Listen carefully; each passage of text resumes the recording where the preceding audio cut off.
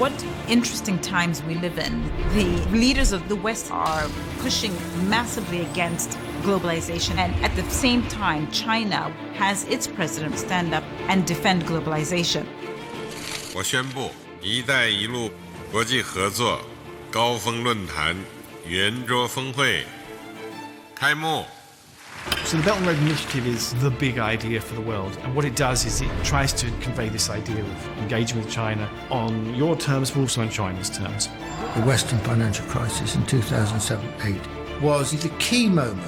The economy had to be reconceived. There were new opportunities, and he recognized them. In the raw politics of international relations, what it means is a greater emphasis on a multipolar order driven by multilateral institutions, pursuing a community of common destiny.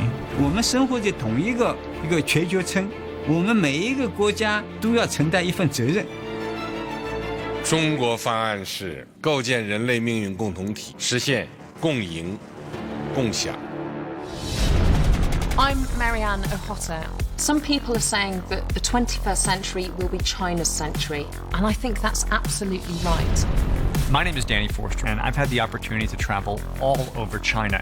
Right now, they have a really active position on the world stage. So my question is, will this role produce more stability or more tension? I'm Dr. Jordan Nguyen. We're moving into a future where China is becoming more powerful. Oh, yeah! And people of my generation want to know what that world will look like. In this episode, we touch down on 4 continents to discover how Chinese investment and culture are changing lives, as China takes its place as a leading player on the world stage.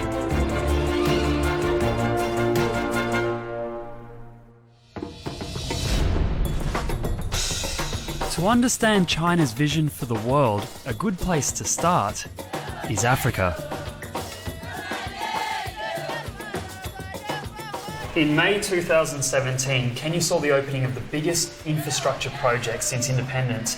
It's a train line that connects the capital, Nairobi, with the coast.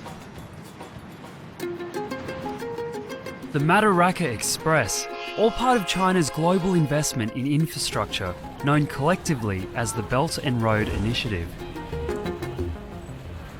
这个“一带一路”呢，能不能作为中国最重要的一个中国方案，向全世界提供一种新的发展模式、发展道路和发展理念。The backbone of any economy is infrastructure. It doesn't matter how many goods and services you can produce if you cannot deliver them to market. Kenyan women are key to the success of this new railway. 我叫伊丽莎白，我今年20岁，我是肯亚女火车司机。And that means my name is Elizabeth, and I'm 24 years old, and I'm a Kenyan female driver. Elizabeth speaks Chinese because she learned to drive her train in China. Today she is preparing for a special journey. The world's press has turned up to capture the historic moment.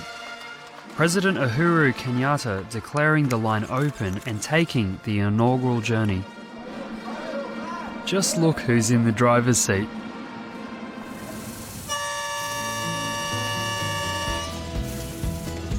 Before the Chinese came on board with the project, rail travel in Kenya had been way off track. The previous line, built over 100 years ago, was known locally as the Lunatic Express and was unable to meet the needs of modern Kenya. All attempts to make that railway commercial so that it can carry a lot of freight and also carry a lot of passengers has been unsuccessful. Solomon Una was an engineer on the old line for over 40 years, but he had a dream, a brand new line fit for the 21st century. There was just one problem: money. Finally, in 2014, President Xi Jinping offered a solution: a loan of 90% of the costs of the new railway, technical expertise and overseas training for Kenyans. For Elizabeth, a whole new chapter in her life began. When we went for training in China, that was the first time I got hold of driving a train. It was really exciting because I thought, this is something I didn't imagine myself doing. 一个国家发展就是要对它的人力资本进行投资，我们帮助他们来进行人力资本投资。The investment in infrastructure in Kenya will expand into the interior is massively transformative for countries that need to trade. If they can use that capital to invest in a country that is 100% arable land or where they can easily grow crops, then they can say, we'll build the infrastructure, win for you, but in return, we need food. Can you export all your food to us? Win for us. Following the success of the president's opening, Nairobi to Mombasa has become a regular trip for Elizabeth. After turning on the locomotive, the journey starts. The journey, which once took 24 hours by train, now takes a mere 4.5, to the delight of Elizabeth's passengers. Because by bus, it's hard to plan because you don't know if there's traffic or not. But with the train, it's guaranteed. Everyone wants to try the train. So that brings business to Mombasa. That brings business to Nairobi. And this new line is all about business. The motivation for China getting involved is the expectation that improved transport links between the port of Mombasa and Nairobi will energise the Kenyan economy. This project has given the Kenyans a lot of pride. High speed, high capacity, modern railway.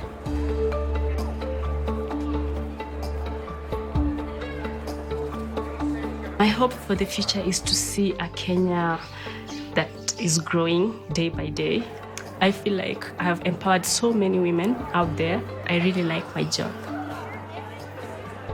The core idea is to improve infrastructure in developing countries, and it leverages to a large extent China's experience in infrastructure, whether it's trains or roads or airports.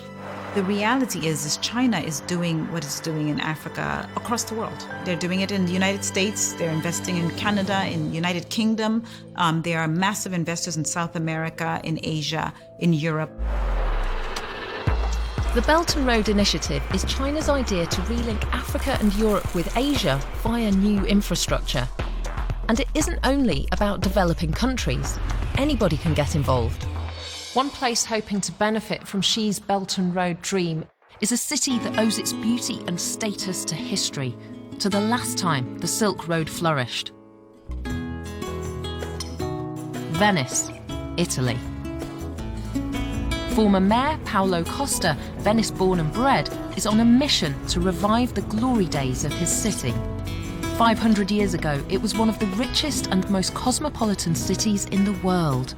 It was absolutely the point in which everything was happening. Maybe today I have to say it's the Shanghai of that time. All thanks to trade along the medieval Silk Road. But today, Venice has a problem. Tourism is almost the only industry left in the city. Its old prosperity as a wealthy port city built on flourishing international east-west trade is long gone. 我们要对接所有国家的发展的战略，我们这是使亚洲地区、非洲地区复兴，也要使欧洲地区进一步的复兴。Well, what makes now Venice special is what it was, not what it is. It may be what it will be. That's my project. Paolo believes Venice has the chance to become the port of choice for ships coming from the east once again. He's on his way to China to speak at a Belt and Road conference in Tianjin.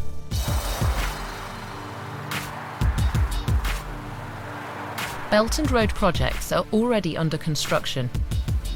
Railways, roads and bridges in Ethiopia and Laos. Power plants across Central and South Asia. Ports in Greece and Pakistan. This combination of Chinese expertise and investment aims to jumpstart global economic growth. In 2016, over $47 billion was spent on Belt and Road projects. When you read the literature on One Belt, One Road, the underlying thematic is win-win. really win-win has to now start meaning win-win for China and its partners. There can't be an idea that it's always on China's terms. Tianjin, China. Paulo Costa has come to speak at a Belt and Road Initiative conference. Professor Paulo Costa. When I was a child, I was told the wealth of my city came exactly from the Silk Road. 它一带一路不是 not a plan, but China initiative. 它 initiative 倡议就是说我倡议，你也来加入。Paulo's project to revive Venice's fortunes is cutting edge. Thank you, Mr. Costa. The idea is to build a deep water container port 8 kilometres offshore that will bring vital new business and jobs to Venice without damaging the ancient city.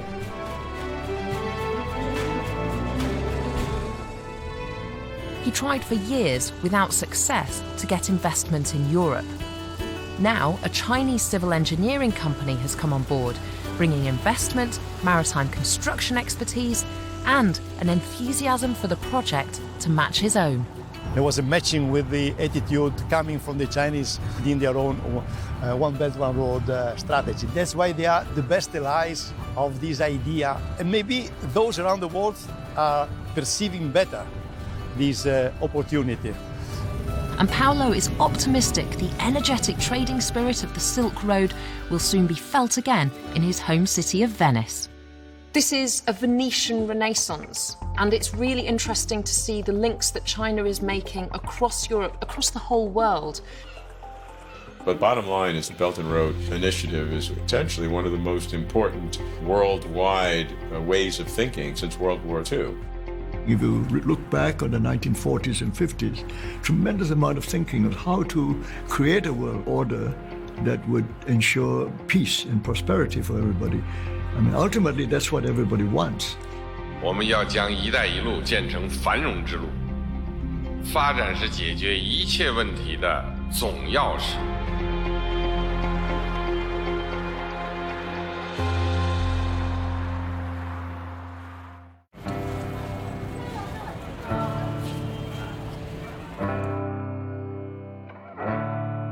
Hangzhou 2016. The people of the city are preparing for the G20 summit, from the bike repairman all the way to the all-female park patrol wardens. This city is getting ready to welcome the world. I think one of the byproducts of China's now public role on the world stage is that the world is listening. For the first time, China will host the G20, and President Xi Jinping will chair the meeting. I think that's the first time in modern history that a Chinese leader has had that kind of audience in the West. 中国对外开放不是要一家唱独角戏，而是欢迎各方共同参与；不是要营造自己的后花园，而是要建设各国共享的百花园。 The things that Xi Jinping says, his philosophies, his ideas, are not just germane to the Chinese people, but to the world beyond. Xi Jinping is a leader who dreams very big dreams. I think he has a genuine sense of personal destiny as well. Strong, far-sighted, self-confident. Does represent someone who combines a very good sense of history and a dedication to his father's dreams of a modern and developed and progressive China. Alongside Xi Jinping's commitment to globalization is his concept of the community of shared destiny. 愿同广大成员国、国际组织和机构一道，共同推进构建人类命运共同体的伟大进程。 This idea of Xi Jinping's about a community of shared destiny has long resonances in the Chinese tradition. 那么，命运共同体到底怎么塑造？我想几千年都是一个人类的理想，怎么样把真正的构建一个人类命运共同体？ In the past, it was more what I can gain for myself. If I control more, it means I'll be wealthier, and that takes away from someone else. The shared destiny goes way beyond that and says that there are things that we could do together that raises everybody. And I do think that Western society is becoming more sensitized to this idea of communal living, needing to work together towards a bigger societal goal. In 2016, Xi Jinping's two signature ideas, the community of shared destiny and globalization, came together when China founded a bank specifically designed to fund development. It's called the Asian Infrastructure Investment Bank. 这是见证历史的时刻。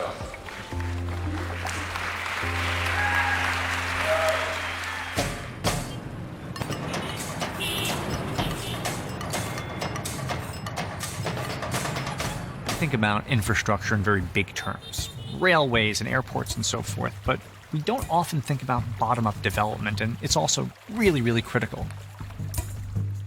One of the AIIB's first loans was to help improve hundreds of poor Indonesian neighborhoods. Upgrading a slum in Indonesia might seem like a really small project, but the economic implication can be huge. Meet Sumono. He's an ampo maker, a healer of sorts. He makes a type of traditional Javanese herbal remedy. Dan saya sehari-hari di Yogyakarta, pekerjaan saya bikin ampo dari tanah liat. Potential benefit is addressing world imbalance and giving developing countries the tools to build themselves, and that makes it sustainable. Locals chew ampo to aid digestion. For this, he needs clean sand. However, when the local river was polluted, Sumono could not work. 另外来看呢，就是我们创新融资手段，比如建立亚投行，实行长期对基础设施的贷款低息了，还有其他的一些手段，能够进行融资。 Ashrodiono works for the Indonesian City Without Slums project. His team have upgraded the sewage waste and drainage systems, improved roads, and developed green areas. Fasilitas-fasilitas yang memang itu sangat dibutuhkan oleh masyarakat, yang tadinya memang masyarakat tidak pernah bermimpi akan seperti ini hasilnya. Untuk kegiatan-kegiatan yang kita lakukan memang tidak hanya fokus pada infrastruktur, tapi juga pada pengembangan kapasitas masyarakat. The clean and accessible waterways means Sumono has been able to return to work as a healer. And life for everyone in the community has improved. Kalau sore buat main anak-anak, dan sekarang bersih lah, sangat bagus. The project's reach extends to 154 cities in Indonesia and will benefit nearly 8 million people. That kind of local, community-based domestic dignity has a huge impact in the economic development for this town and neighborhoods just like it. 56 countries have now joined the AIIB, and they've invested a whopping $3 billion in development projects across Asia, Europe, and the Middle East.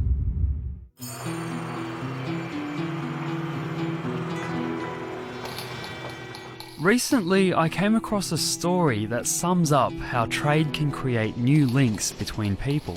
It's all about a freight line that now links Western Europe with China. What it needed was a leap of imagination. Mrs. Huang and her husband Jiang Jia run an import business in Yiwu, 300 kilometers from Shanghai. 喂，你好，你是物流保税中心吗？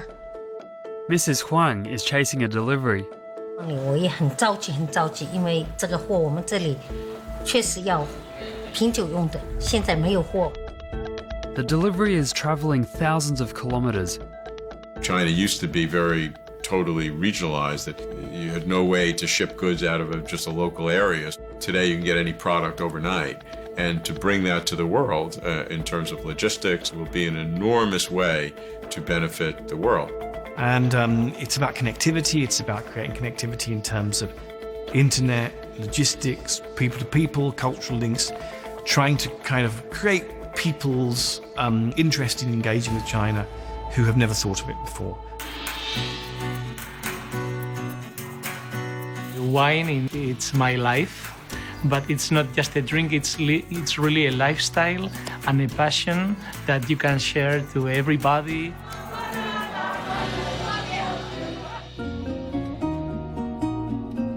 In northern Spain, Rafael's family have tended these vineyards for 4 generations. China is the world's largest market for wine, which means big business for Rafael. But it's not just about the wine. It's a time to let them understand our character, our philosophy. Rioja is so small, but with a lot of passion. And thanks to the new linking of international railways, there's a new way to get his wine to China. 通过互联互通，就会进一步的推动整个经济一体化、经济全球化。It's an epic journey. Travelling through 8 countries, it withstands extreme weather with temperatures as low as -40 degrees. With 3 track changes. But it's quicker than travelling by sea and cheaper than going by air. Arriving at its destination around 21 days later.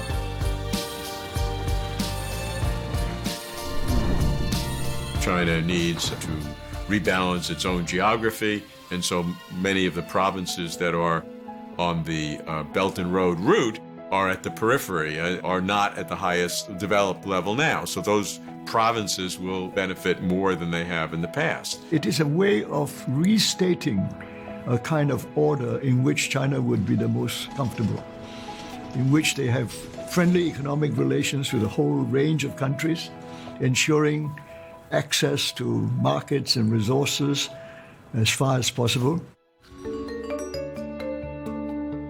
老公啊，货到了，去拿货吧，谢谢啊。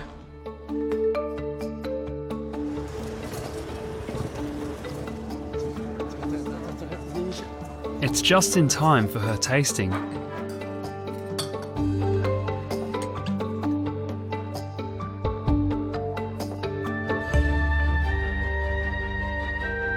And for the return trip, businessmen in Yiwu fill the train with goods people in Europe want to buy.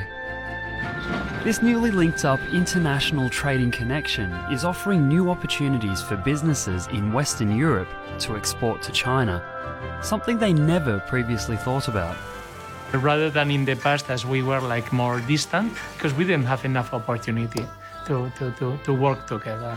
Transport was a big issue, and nowadays with the train, I think it makes everything easier. 我们这个酒的文化从西班牙进过来，进到中国来。 It seems that transport links are more than just about trade. It's an opportunity to share cultures. 干杯！Salud! What it is making sure that the world sees China as a partner. It doesn't see it as a threat. 实际上，丝绸之路本身就是一个文化交流之路，是文化互鉴之路，也是文化我们说的分享之路。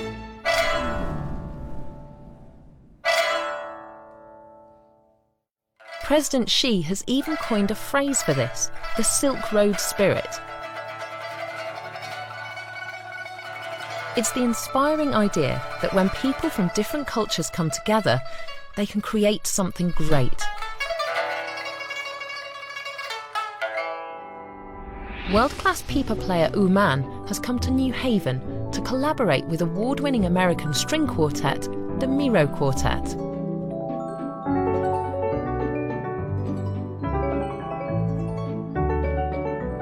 Right now I'm going to go into rehearsal, and this is the first time I'm gonna meet with the Miro Quartet, pipa and string quartet put together. I'm very excited.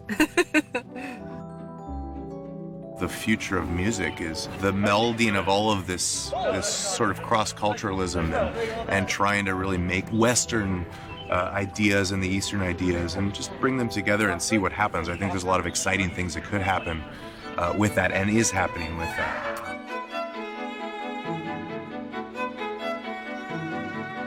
The piece Gardenia has been specially written for their collaboration by Chinese composer Ye Xiaogang. 我不久前写过一个栀子花，栀子花其实是岳阳的诗花，它有一个调了啊，所以这些调呢都被我写到音乐里去了。那么这个东西当和西方的乐器一结合，和西方的音乐文化一结合，产生了一种很独特的，在东方和西方文化之上的一种新的一个文化。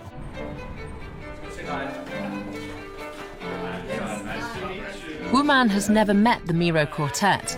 We're excited to hear what this piece sounds like.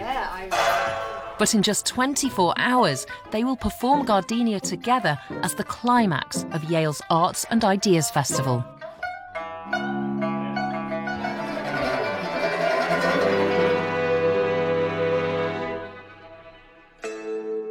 Cultural exchange is so important because it reminds us to be proud of our own cultural traditions.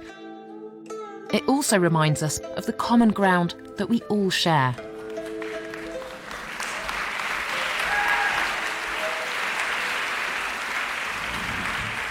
The evocative nature of that instrument with the quartet, I think you'll really enjoy. So this is the world premiere. "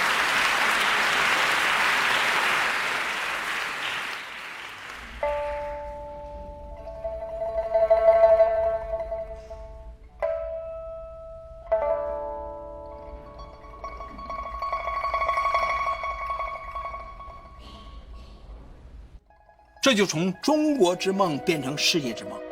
我们中国之梦是什么之梦？就是伟大的复兴。世界之梦是什么？就是我们要打造一个利益共同体。It's not about, us embracing Chinese values, because I don't think China wants that. It feels it's pretty exceptionist.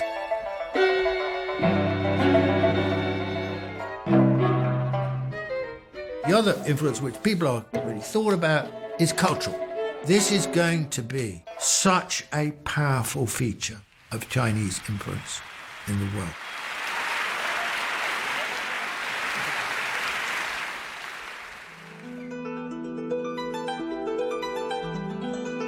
Traditional Chinese medicine student Xie Miaoyang and her classmates are rehearsing a dance that tells the story of TCM. And in a few weeks, they'll perform in front of an audience in Paris. Their dance, however, does have a serious message. 中医药，我觉得面对在世界来说，并不是为众人所了解和接纳的。所以，作为我们中医的学生，需要有这样的责任和情怀去传播它，去让更多的人了解中国中医药。以变并论。Today, students arrive from all over the world to study TCM, drawn to that ancient Chinese system of knowledge. Certainly when I started coming to China, there was a big deference towards Western culture. But increasingly there's a kind of modest enthusiasm about Chinese culture, not just what's happening within China, but also sharing it with the rest of the world. American student Stephen Wang came to Beijing to train in traditional Chinese medicine after he was treated with TCM back in America. If you're studying with the best Chinese doctors in China, you're kind of studying with the best Chinese doctors in the world. When I was a kid growing up in New York, if you felt sick, you went to the doctor, and he probably gave you a pill, and you probably did feel better ultimately, but today, things have changed. You will actually have a legitimate conversation about pairing Western and Eastern medical methodologies, and that's a big change. Stephen is in his final year of his studies, and today, he's treating a patient. To alleviate her condition, Stephen is going to perform acupuncture. This is used to release the flow of energy known as qi. Practitioners believe that qi travels throughout the body on different paths, meeting at the top of the head. When you said Chinese culture, they meant traditional Chinese culture. And that was by definition unmodernized. But as a country develops, it then begins to rediscover itself. modern China somehow should be built on top of your heritage, but drawing the wisdom of the past into the future. Obviously, I think good Western medicine and good Chinese medicine are both just seeking for efficacy. A knowledge of TCM also proved the secret to finding a new, successful treatment for malaria. Inspired by an ancient TCM remedy, Chinese chemist Tu Youyou found that the Artemisia plant is effective against malaria.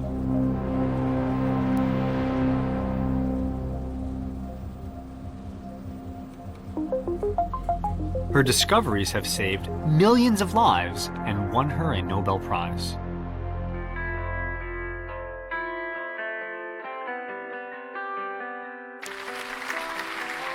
The real source of wealth in the world is the creation of knowledge. And so the more knowledge is spread, the more everybody benefits, because knowledge multiplies. No, I think that the Chinese do now, or are developing a vision for the world. They do acquire a new mindset, a new imagination.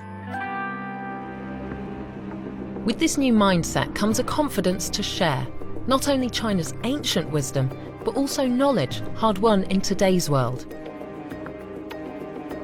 including a deeper understanding of our relationship with the environment.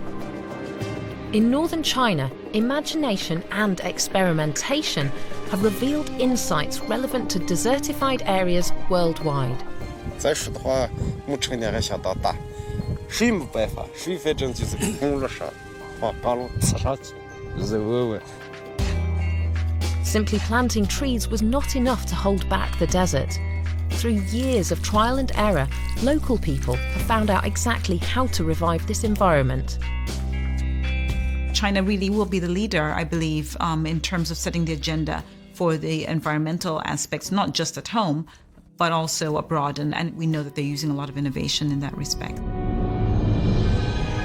Now, 1/3 of this area is green with trees, and delegations from as far away as Pakistan and Saudi Arabia have come to discover the lessons learnt in Kubuchi. Protecting the environment is probably the single biggest issue that is facing our generation. In December 2015, in a historic moment, China and the United States led over 190 countries to commit to action on climate change under the United Nations Paris Climate Agreement. 作为全球治理的一个重要领域，应对气候变化的全球努力是一面镜子，给我们思考和探索未来全球治理模式，推动建设人类命运共同体带来宝贵启示。 I think Xi's achievements thus far, from a global perspective, would be having brought about a fundamental U-turn in Chinese policies on climate change. In terms of consequences for the planet, to have China on board, I put that down as a win. I see a newfound confidence that means that China and Xi Jinping are really taking their place on a global stage. China is getting more deeply involved in a wide range of global institutions. China has become a major funder of the World Health Organization and the World Bank. Their voice is heard in the G20 and at the UN Security Council. As China takes a more prominent role on the world stage, I'm keen to understand, what kind of global power will China be?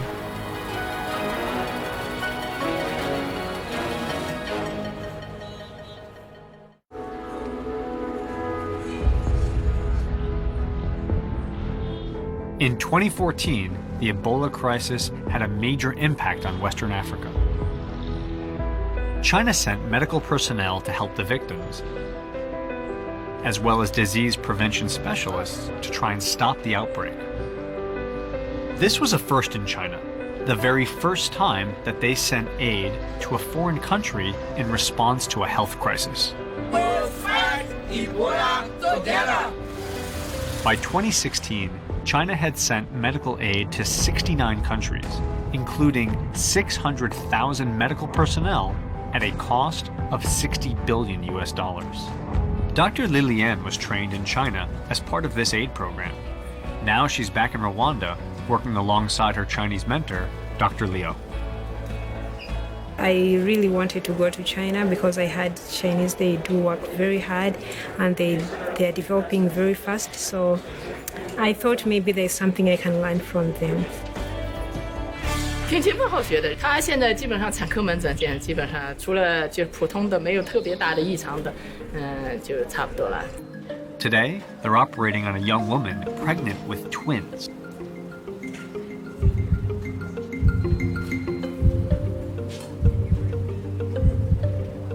Time is of the essence.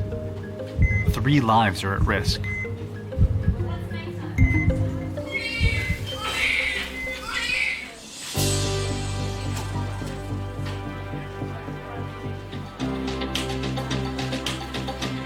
Nobody wants to feel like they're the object of charity. But if you give me a tool that I can build my own house or do something myself or educate me, then I feel good and I appreciate it. Their notion of community and a shared destiny doesn't stop at my Chinese neighbor or the Chinese society. They're very much pushing this idea as a global frame for the way in which the world should engage, one in which we should care about what's happening in countries elsewhere.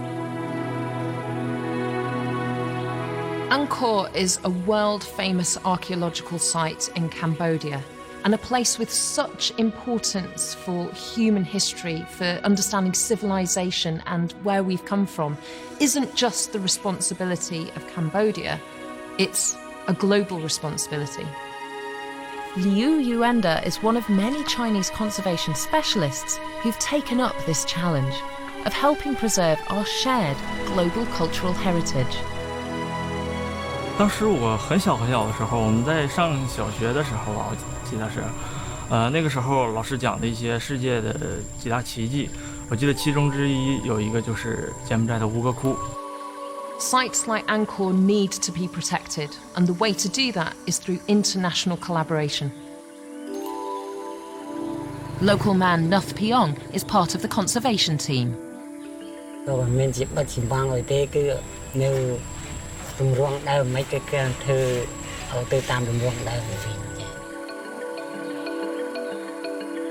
我们所有的就是跟当地的人都非常的融洽，我们就平时的话就像朋友一样，在工作上配合呢，因为长时间的一个配合已经有了一定的默契。 បាទខ្ញុំធ្វើការជាមួយក្រុមចិននេះគឺអត់មានការឧបសគ្គអ្វីទេបាទព្រោះអានេះ 吴哥这个整个吴哥考古公园里面，这里面有很多大大小小很多的遗址，这是一个可以说是全人类的一个文化瑰宝吧。可以说，不同的宗教、不同的文化这种交流，是人类发展历史的一个主线、主流。 The concept of shared destiny is a very important one. It's a dance between what you do for your self-interest and what you do for the world. China's position as a sort of leader, as a global power, means more and more responsibilities.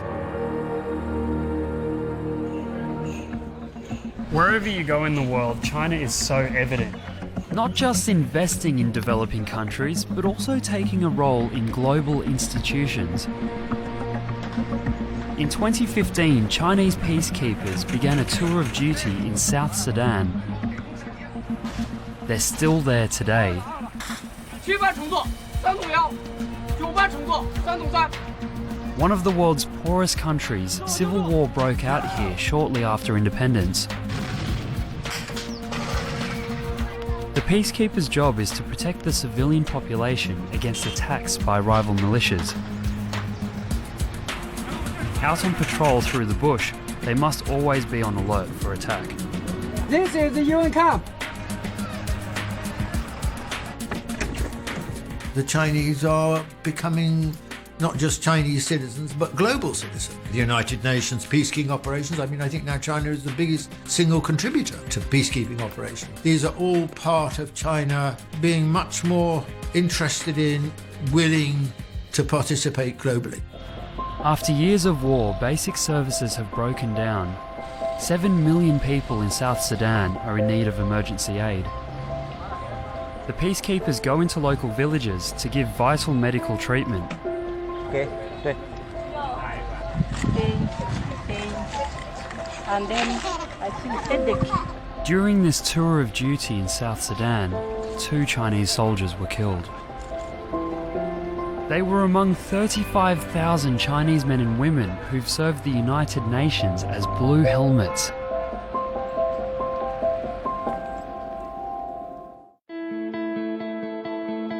The world reflects on where China is going next. There's no question of China ever dominating everybody in the world. This is not that kind of world anymore. And China, I think, respects that, understands that. We are all going to have to learn something from the Chinese state, because the rise of China sets a new bar. This is a time in geopolitical events that we haven't seen in a very long time. China's going to take a new place in the world. The One Belt, One Road initiative is one of these incredibly transformative ideas. On paper, it's genius. How this grand experiment turns out, I don't know. But you've got to say, no one's tried anything like this. It's not for a few years. This will take a century or more to really fully implement. It's something that the world needs, and it's part of a collective world way of thinking. It's a new way of thinking. At the heart of today's China stands President Xi. 他是一种改革改为的领导人。He dares to make a decision. And now, not only have they stood up, but they're standing proud. That's at the heart of Xi Jinping's emotional message. China, which is strong enough, powerful enough, never to feel fearful for its future sovereignty.